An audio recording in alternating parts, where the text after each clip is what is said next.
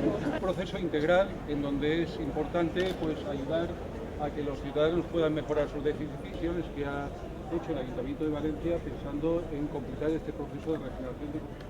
Entre todas, lo que se ha hecho es crear este gráfico que nos muestra un poco el pequeño ecosistema urbano. Muchas veces los ciudadanos perciben estar integrados, toda la amplísima serie de equipamientos, de tipo de agua, de electricidad, etcétera. Prácticamente todos los edificios de las calles que hemos actuado. ¿Cristian?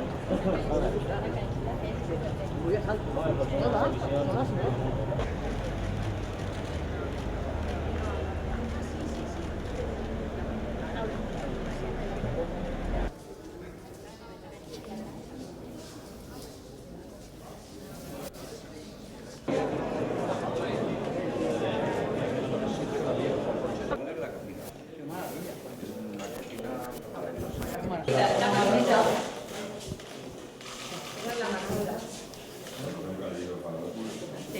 Todas las aulas tienen su instalación para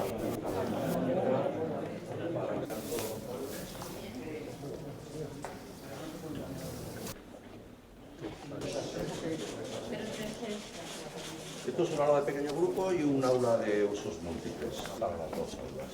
Con cristal, ningún tipo de problema.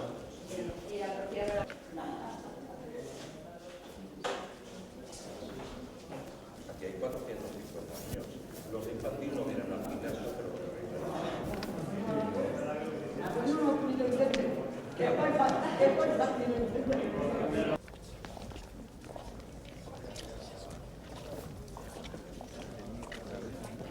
y financiado por el Plan Confianza con 23 millones, repito, esta urbanización integral del barrio, reurbanización integral con un sentido muy medioambiental de la mejora del paisaje urbano y con una voluntad de sostenibilidad de la actividad